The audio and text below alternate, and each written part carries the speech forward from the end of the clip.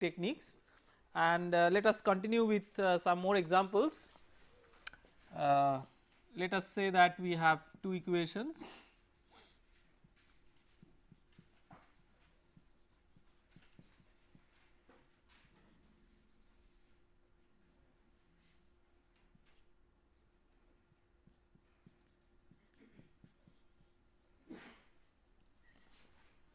Let us say that we have these two equations and two unknowns, and our objective is to solve by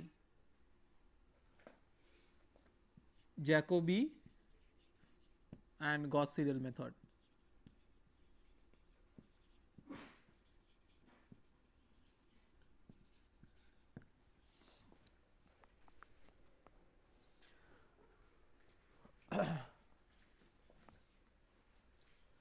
So, if we write the corresponding formula for iteration, then x1 k plus 1 is equal to 11 minus 10 x 2 k. Let us first consider the Jacobi method, and x 2 k plus 1 is equal to 11 minus 10 x 1 k.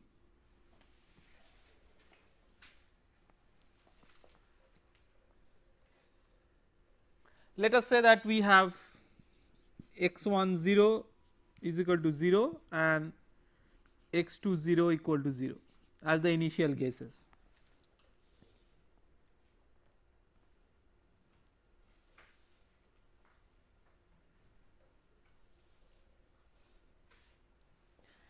So, from here we get x 1 1 is equal to 11, x 2 2 equal to 11,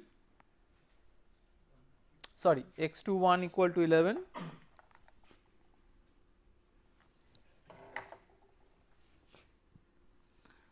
then x 1 2 is equal to 11 minus 10 into x 2 1, 11 minus 10 into 11.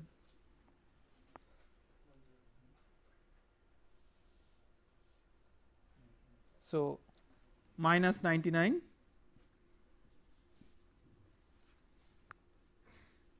x 2 2 is 11 minus 10 into x 1 k, that is x 1 1,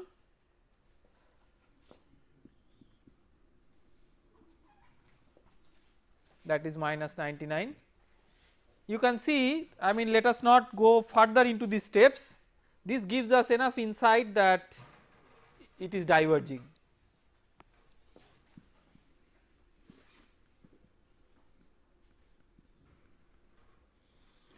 Let us consider the Gauss-Seidel method.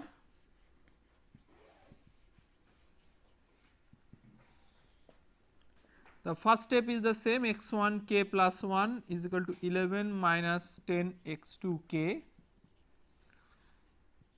x 2 k plus 1 is equal to 11 minus 10 x 1 k plus 1.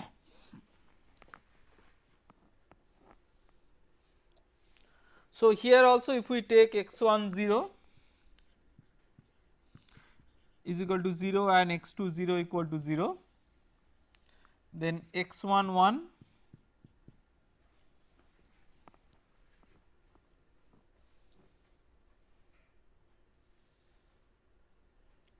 what is x 1 1? 11, x 2 1 11 minus 10 into 11, so minus 99. In this way, let us consider, let us calculate maybe one more step, x 1 2 is equal to 11 minus 10 x 2 1,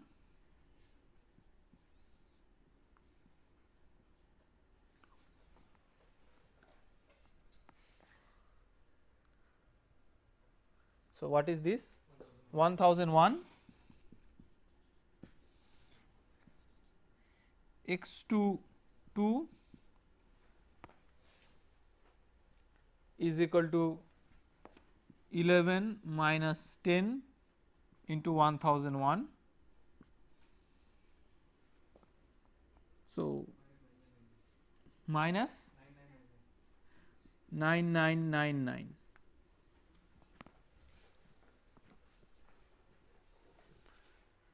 So, we can see this is diverging, and unlike the case when it converges, Gauss Seidel converges faster, when it diverges it also diverges faster, what we can see. Now of course it does not matter whether it is a Jacobi or the Gauss Seidel method, there is one fundamental reason for which it diverges, and the reason is that it is not a diagonally dominant system. So if you find out its spectral radius of convergence, its spectral radius of convergence will become greater than 1, from the rho norm you can easily calculate it. So if you want to solve this system by using the same methods, what you have to essentially do, you have to reorder the equations. So you reorder.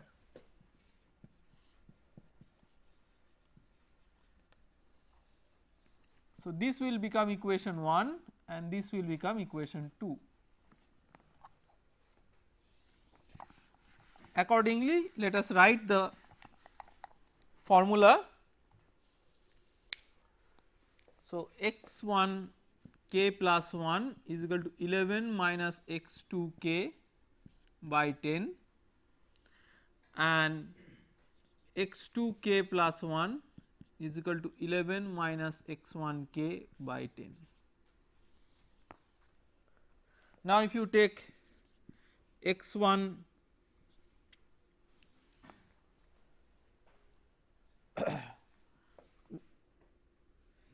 0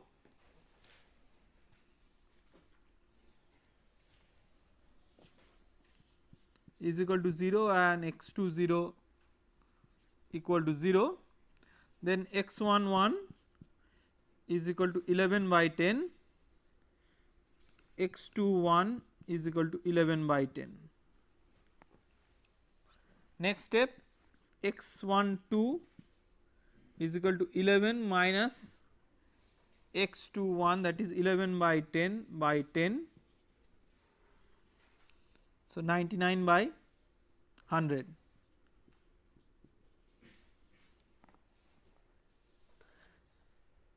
Then x2 2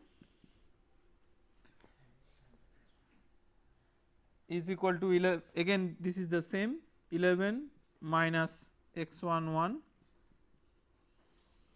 by 10, that is 99 by 100. So this is converging to 1 and 1.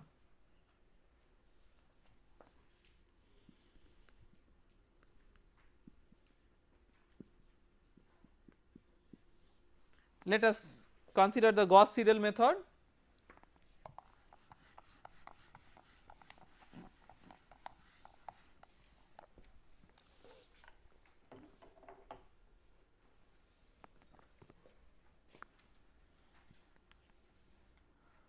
So x1 k plus 1 is equal to 11 minus x2 k by 10, and x2 k plus 1 is equal to 11 minus x1 k plus 1 by 10. Here also we may start with the initial guess of 0 0. So x1 1 is equal to 11 by 10, x2 1 is equal to 11 minus 11 by 10 by 10, so 99 by 100.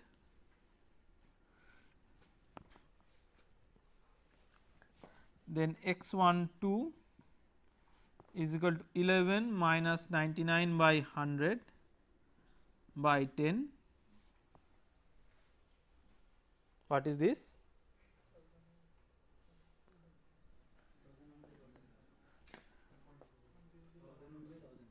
1001 by 1000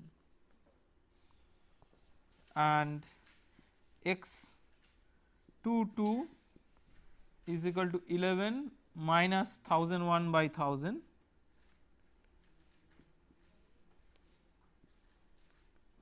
by 10.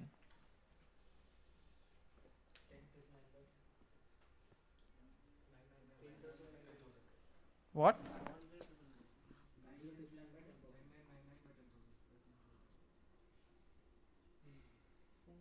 No, no, no. 4 nines, right? By 10,000.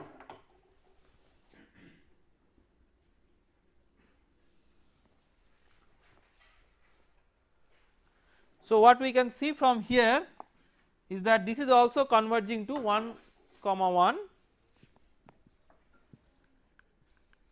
but at a faster rate.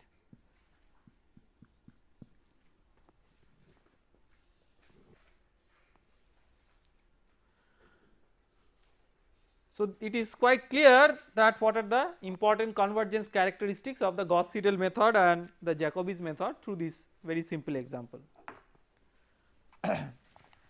Now, in our previous lecture we have discussed extensively about the sufficient condition for convergence, and it is always a question whether a method will automatically satisfy the sufficient condition for convergence or not.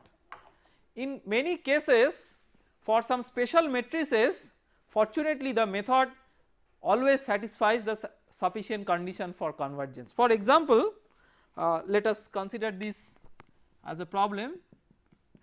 Show that for a symmetric and positive definite coefficient matrix,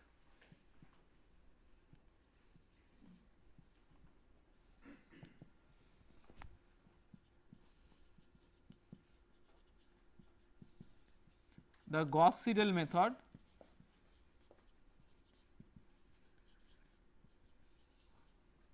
always satisfies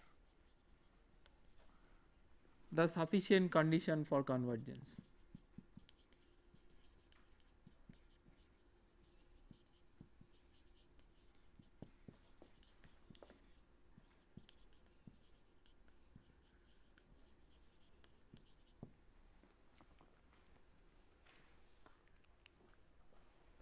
I will partially work it out for you and leave the remaining on you as an exercise. So, the situation is that we are interested for the Gauss-Seidel method. What is the M matrix for the Gauss-Seidel method?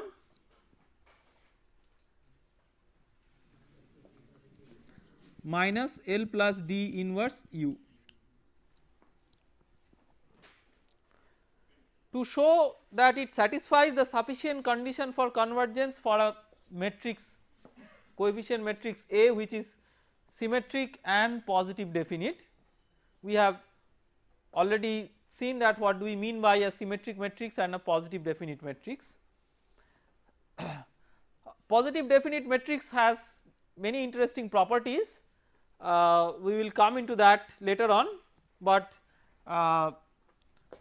just to refresh that if you have a vector x, if you have a positive definite matrix x, then x transpose Ax is greater than 0, or you can put a greater than or equal to 0.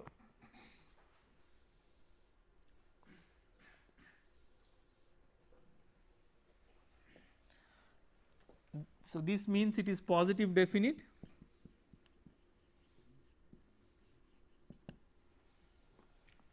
Positive definite matrices have positive diagonal elements and positive principal minors, they have certain several interesting and important properties. Now, so if some of the diagonal elements appear to be negative, you should suspect that it is not a positive definite matrix. And symmetric matrix A means A transpose equal to A for symmetric.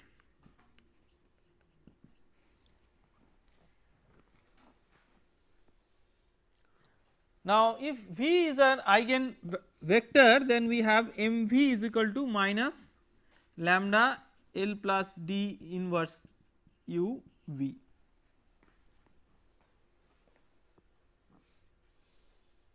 Why we are bringing the eigenvalue and eigenvector into the picture? Because it is the mod of lambda, max of that will dictate whether it is satisfying the sufficient condition for convergence. So we have to bring the lambda into the picture.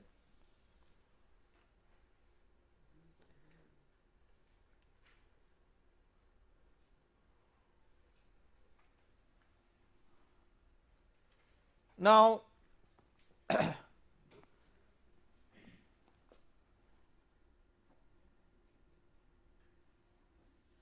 so this is equal to, sorry,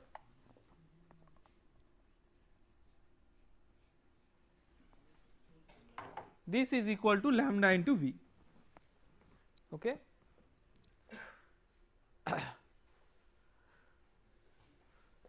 So now you can write u into V multiplying pre-multiplying both sides by L plus D is minus lambda L plus D into V.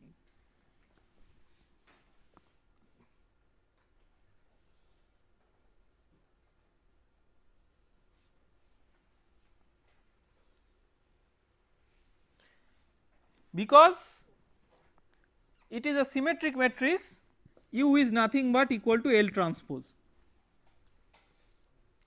Because A is a symmetric matrix, it is symmetric with respect to the diagonal. So U and L are related by U equal to L transpose. So this is one thing that we will keep in mind, let us call it equation number 1. Also uv equal to this one. Now you can write it in terms of AV, here it is u into V. If you want to write it in terms of A into V, you have to add L plus D into V, because L plus D plus U is A. So u plus L plus D V is equal to minus lambda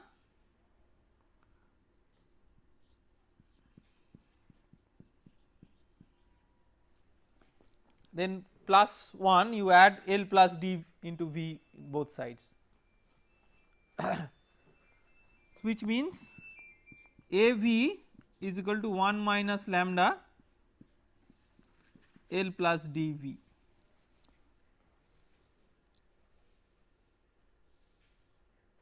So if you want to calculate what is V transpose AV,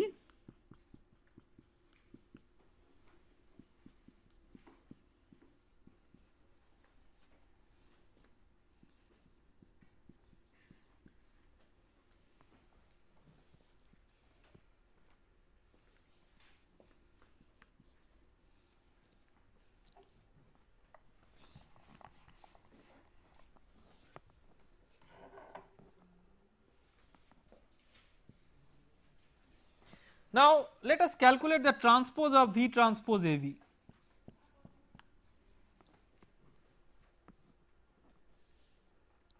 If you calculate V transpose AV transpose, then it is as good as AV transpose into V transpose transpose. It is we have written A into B transpose equal to B transpose into A transpose. So this is equal to V transpose A transpose, and V transpose transpose is V.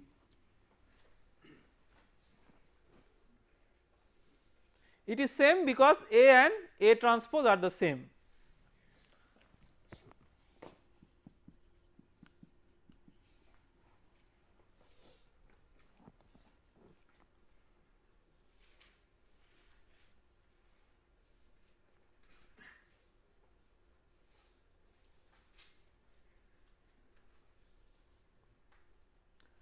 So if you take transpose of 2,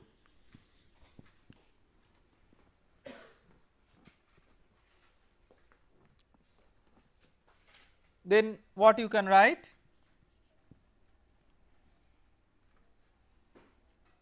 One minus lambda V transpose L plus D. So, transpose of 2 is same as 2, that means 1 minus lambda V transpose L plus dV is equal to its transpose. So, when we take a transpose of a matrix and then find the eigenvalue, then what can be the eigenvalue? Does it remain the same? It may remain the same, but we can generalize it a little bit. Like for example, let us consider a 2 by 2 matrix, say A, B, C, D. So, if you want to find out its eigenvalues, what you do? You write A minus lambda, B, C, D minus lambda, determinant, set determinant equal to 0.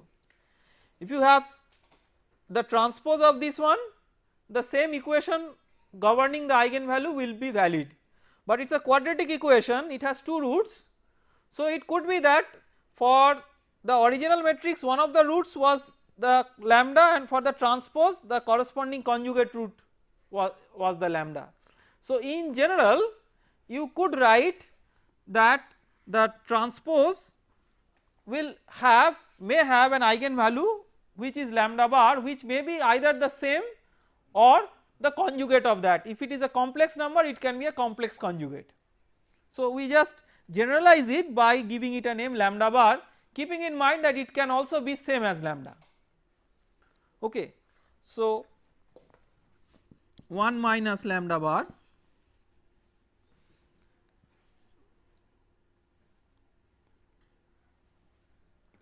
then the transpose of this one. So, V transpose into L plus D transpose into V.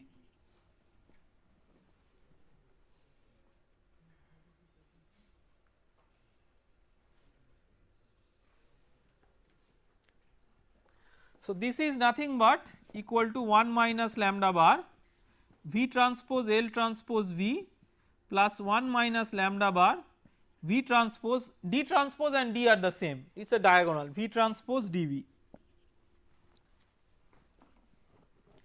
And from equation 1 we can write L transpose V in terms of L plus D into V. So, this from equation 1 we can write 1 minus lambda bar in place of, so we multiply equation 1 by V transpose, so that becomes minus lambda into V transpose L plus dV and then the original term.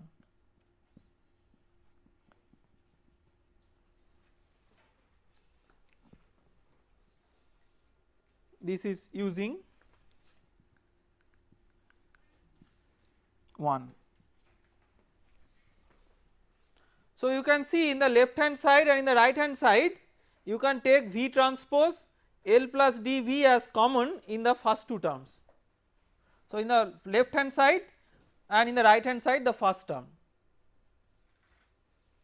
you have V transpose L plus dV common. If you take that as common, then you have 1 minus lambda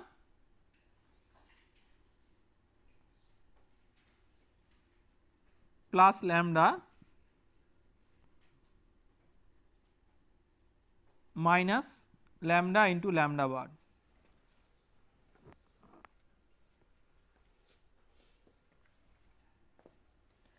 Into V transpose L plus dV is equal to 1 minus lambda bar into V transpose dV.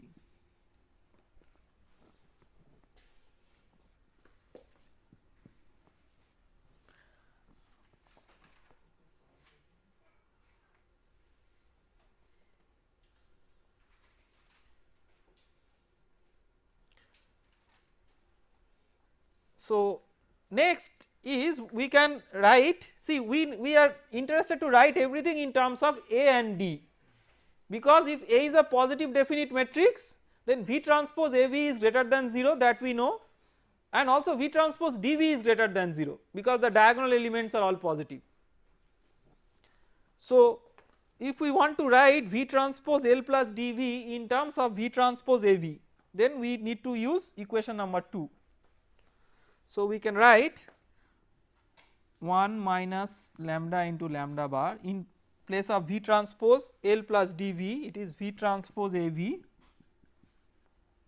by 1 minus lambda is equal to 1 minus lambda bar V transpose dV. This is using 1, sorry, using 2.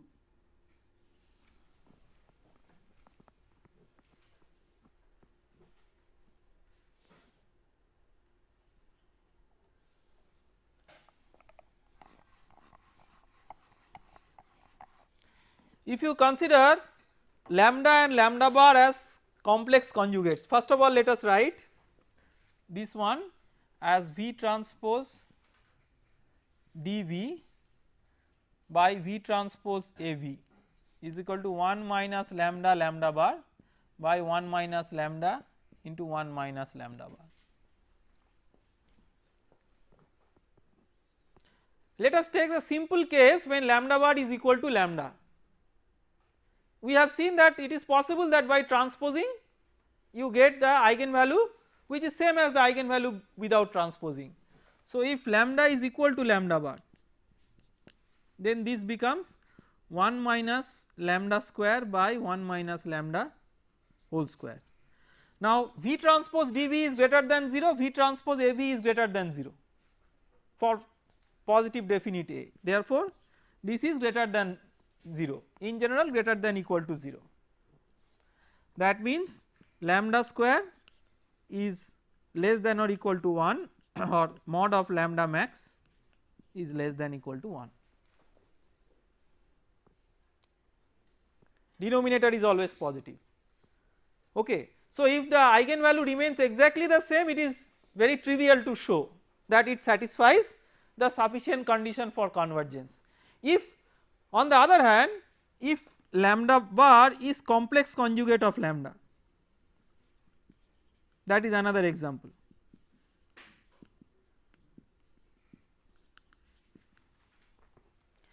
Then we can write lambda into lambda bar is mod lambda square, right. If lambda and lambda bar are complex conjugate to each other, then lambda into lambda bar is mod lambda square, and 1 minus lambda into 1 minus lambda bar is positive, like for example let us say lambda is equal to A plus IB, then lambda bar may be A minus IB, complex conjugate. So 1 minus lambda is 1 minus A minus IB and 1 minus lambda bar is 1 minus A plus IB. So the product is 1 minus A square plus B square, that is positive. So in either way it can be shown that mod of lambda max is less than 1, less than equal to 1. So that it satisfies the sufficient condition for convergence. Anyway, I thought that I will leave it to you as an exercise, but I completed this, so I will leave something else on you as an exercise.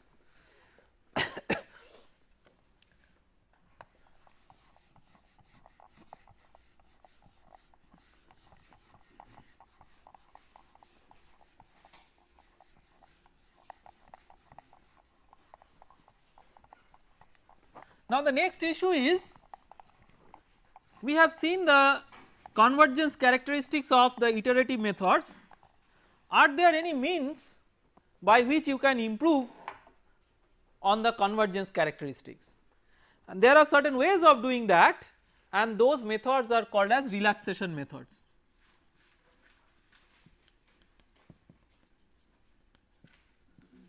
The whole idea of a relaxation method is to improve the convergence characteristics of a particular iterative method. So let us consider the Jacobi's method.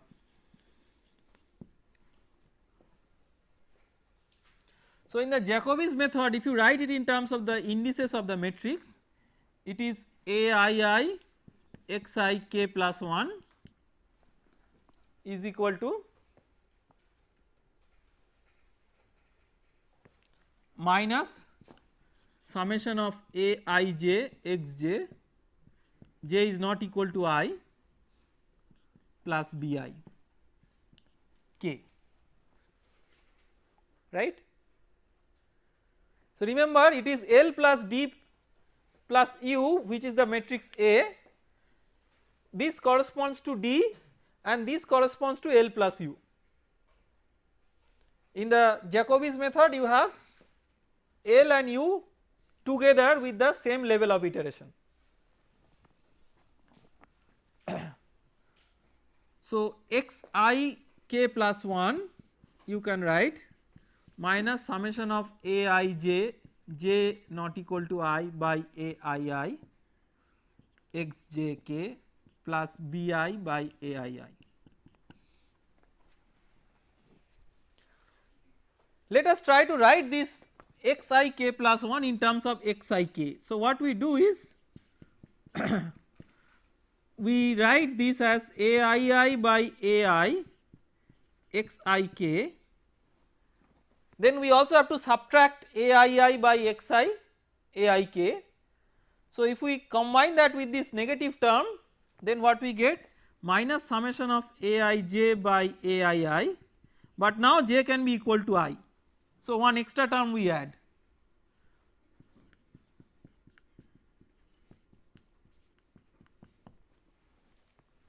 This is clear to everybody. So, what we have done, we have added one term which is aii by aii xik, that we have subtracted, and when we have subtracted that means we have also considered j equal to I. So, that j not equal to I we have relaxed. So, I plus 1 is equal to xik plus x tilde, where x tilde equal to bi minus summation of aij xjk by aii.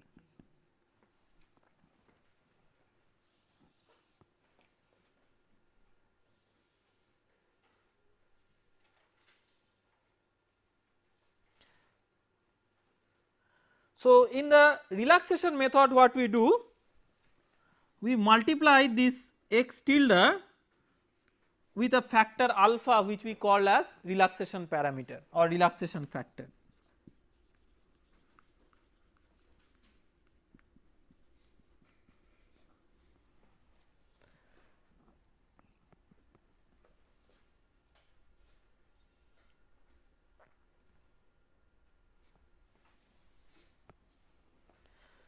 This relaxation factor can be a number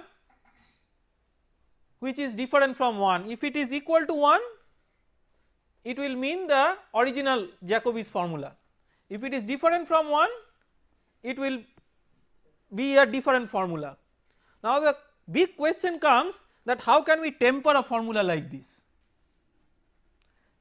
So, if you make this as alpha which is not equal to 1, you are tempering a formula which you have derived from certain fundamentals, still you expect that you will get the final solution. Why?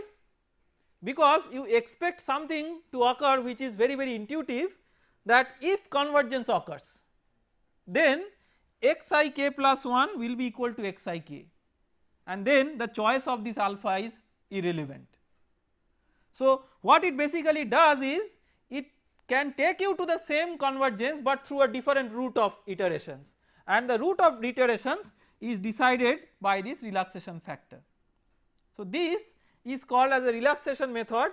So, depending on its value it can sometimes accelerate the convergence, sometimes if the value is not chosen very judiciously it can slow down the convergence process. So, it has a control over the rate of convergence. Now, let us try to write the same thing for the Gauss-Seidel method.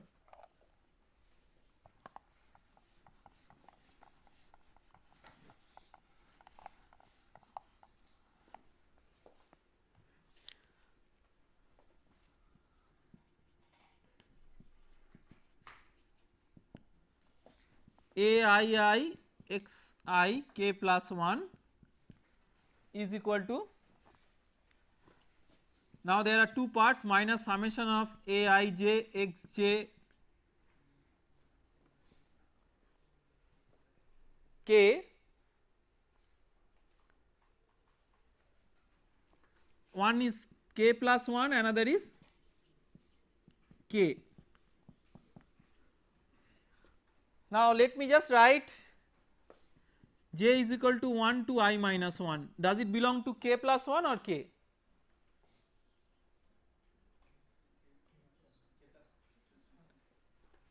This is the L part, right. So L plus D that gets combined with k plus 1. So this is D with k plus 1, this is the L part, the lower triangular matrix part that gets coupled with k plus 1. Then so this is for j equal to I plus 1 to n plus bi. So you can write xi k plus 1 is equal to, just like the previous case, you add aii by aii xik minus summation of aij xj k plus 1, j is equal to 1 to I minus 1 minus summation of aij xj k, now j equal to I to n, because you have added one aii plus bi.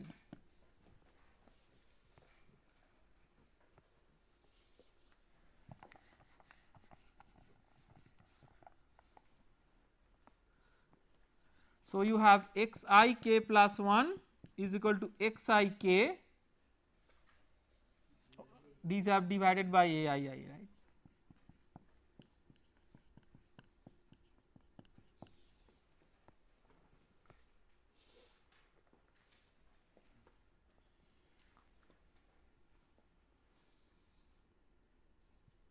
Plus x tilde, where x tilde is equal to bi minus summation of aij xj k plus 1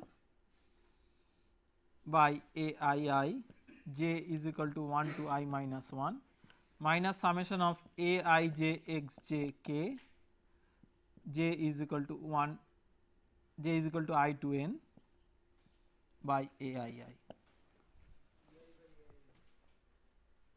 bi by aii also, right.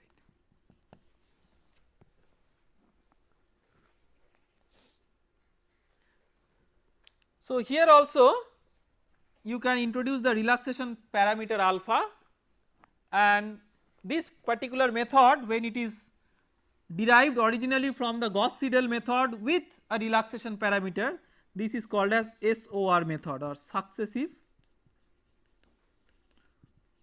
over relaxation method.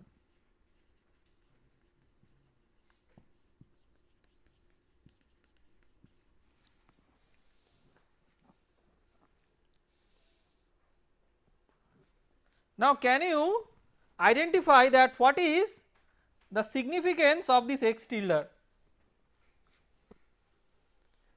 This x tilde is equal to 0 when the convergence has occurred, and this x tilde is nothing but equal to b minus ax during the iteration. So it is a residual. So x tilde is a normalized residual, it is b minus ax normalized with respect to the diagonal coefficient. So this is a representation of the residual, and we know that when it converges, technically the residual should vanish, and therefore when it converges it does not matter what alpha you have taken, but the path by which it will travel during iterations for convergence, that will be strongly dependent on the choice of the parameter alpha. This is one very interesting and important inference, and one can choose alpha in a way to accelerate convergence very nicely in the successive over relaxation method. So now I give you something as a homework to try, taking a numerical example. This is a homework problem. Taking a numerical example of a 2 by 2 system,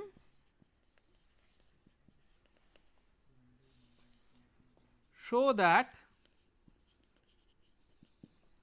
for SOR method alpha optimum is equal to 2 by 1 minus the square of the spectral radius of convergence for the Gauss Seidel method for the matrix M. Okay. So what you have to do, you have to take any numerical example or take a simple form of a 2 by 2 matrix. Some of the entries you may take 0, but you may not also take that. So from that you write the corresponding M matrix, find out the corresponding spectral radius of convergence, and with different choices of the spectral radius of convergence, that means with different choices of A, you show that out of all possible choices the optimum alpha that will give you the best possible convergence is this one. Okay.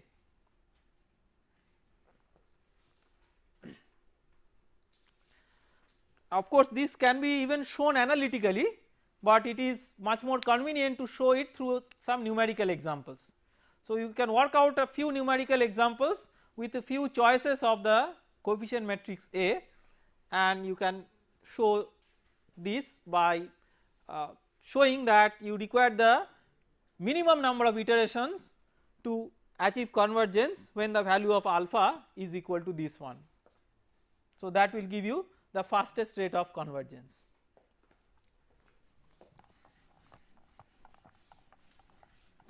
Now we have learned some iteration methods and some elimination methods by now. Question is what do we prefer in CFD applications out of these two if you have a choice. Very commonly we use the iteration methods as a preference. We will see later on that it is not always true, sometimes a combination of these is what we look for, but in general iterations are preferred. And why? First of all, so some preferential characteristics of the iterative methods.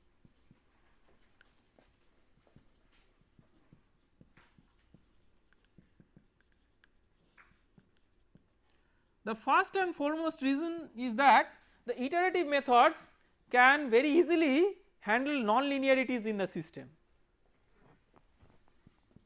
can accommodate non-linearities very easily.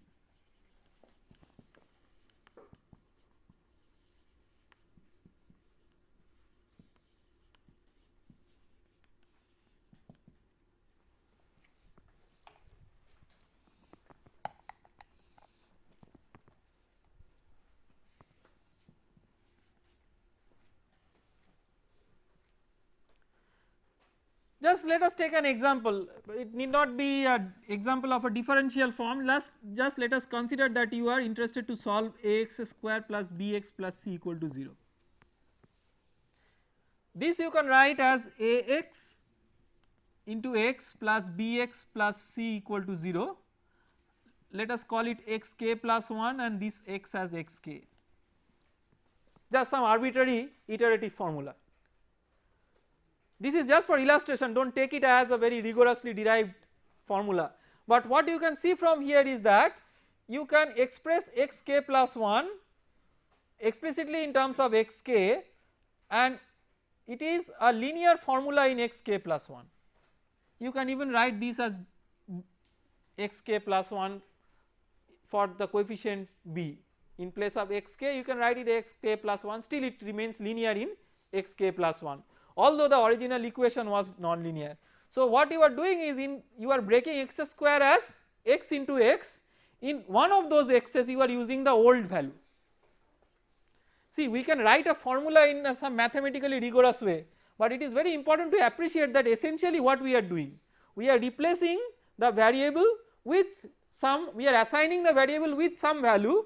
What is that value?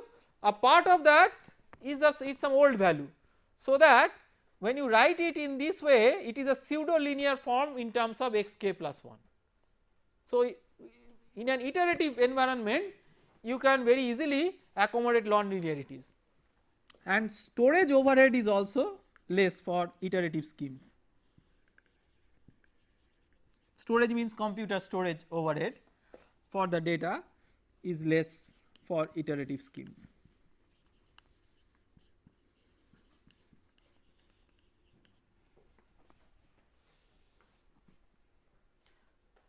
But are all aspects of iterative schemes so good? We have to assess.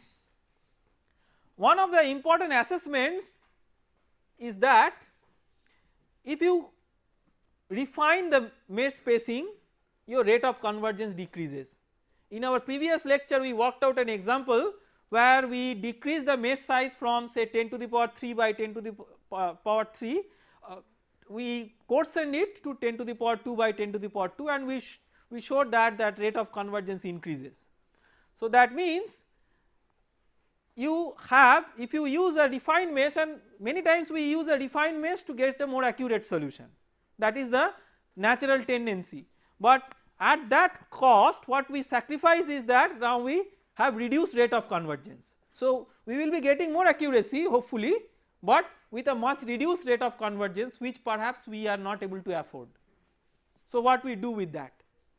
So simply we cannot get rid of the method because the method is otherwise good, but we may have to adapt this method for two types of systems, for one finer mesh and for a coarser mesh, and then transform the method from one mesh to the other back and forth, and this particular method is known as multi-grid method.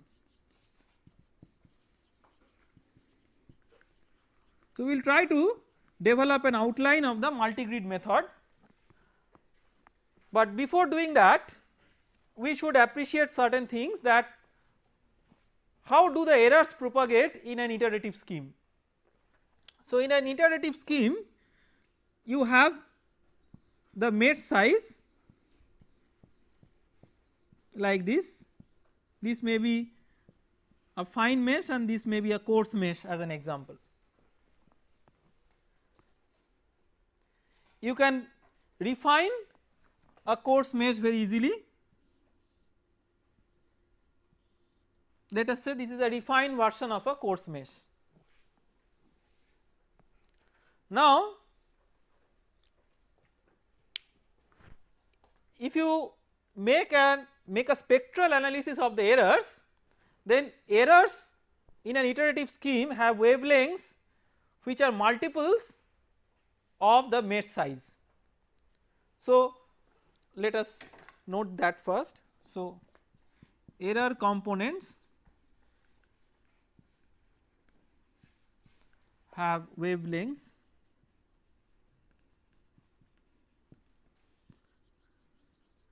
multiples of the mesh size.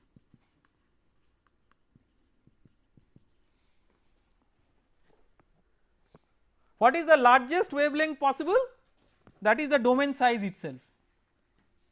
So if you have a defined mesh, let us say that you have a defined mesh, then what is the maximum multiple of the smallest mesh size that is possible for the wavelength? You have 4 multiples of that. If you had a coarse mesh you could have maximum only as 2 multiples. So what happens is during iterations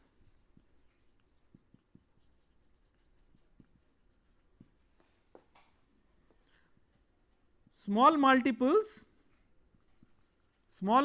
wavelengths, errors corresponding to small multiple wavelengths, error components basically, error components corresponding to small multiple wavelengths.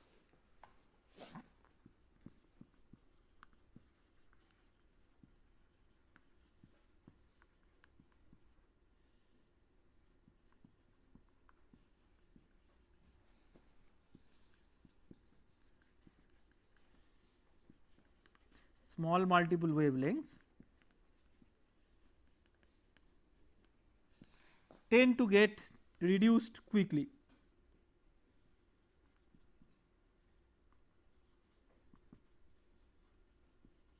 Get reduced rapidly. When we say rapidly, we mean more rapidly than the large multiple wavelengths as compared to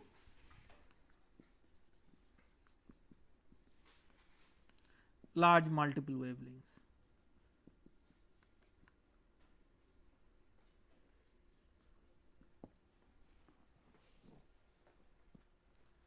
So, if you are solving a problem in a fine mesh, with iterations you are taking care of the small multiple wavelengths error corresponding to that, but the large error corresponding to the large multiple wavelengths they tend to remain, and that is why you require more number of iterations to achieve the convergence.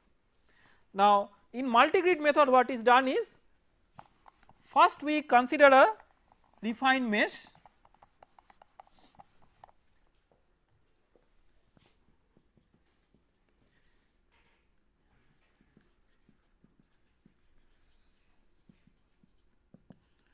First consider a refined mesh.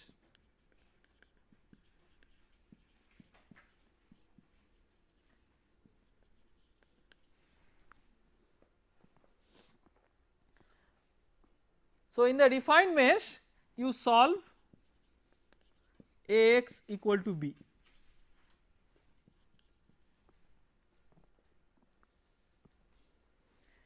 You have to keep in mind that because of the non absorption of the large wavelengths, large multiple wavelengths, errors will remain.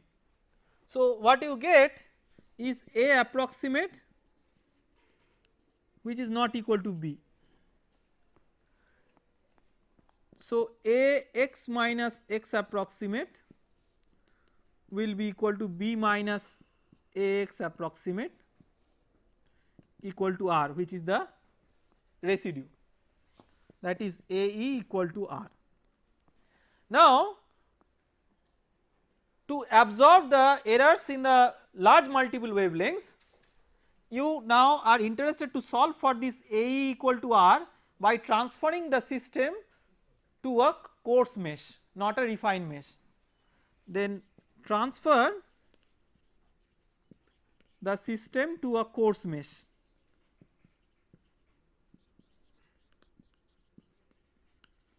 How do you transfer it to a coarse mesh from a fine mesh? Maybe you do averaging. Let us say that you have coefficients like this,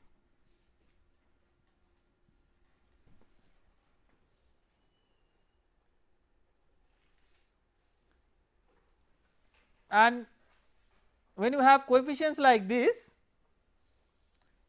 say, or let us say you have coefficients like coefficients at these points. Now you are interested to find out coefficients at which points in the coarse mesh, coefficient at this point. So that you may consider as an average of the coefficients between these 2 points, something like that. So at a particular point you can consider coefficient as an average of the neighbors, information of which now is lost. So transfer the system to a coarse mesh. Then in the coarse mesh you solve for Ae equal to r with E0 equal to 0. So you have a new E, a new A which you have formed by using the refined mesh. You are interested to solve for E, for that initial guess is 0, and the residual you have already got from the refined mesh, and that you can average just like how you did average for the coefficient A. So from here you can get what is E. Then transfer this E back to the defined mesh.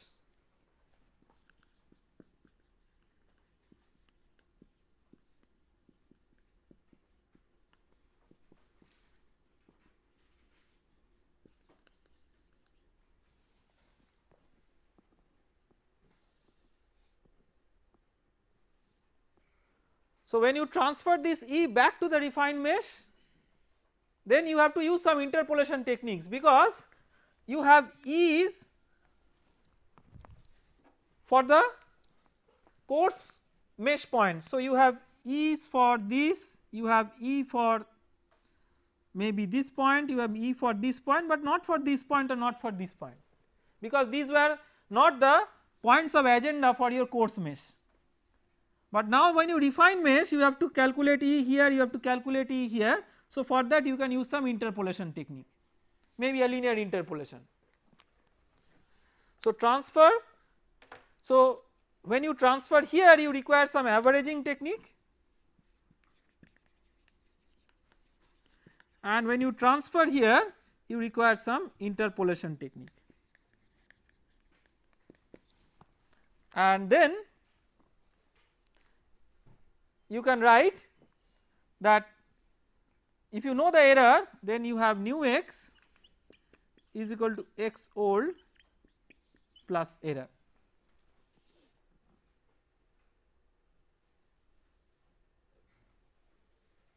X old was x approximate, this is x old, because x minus x old is error.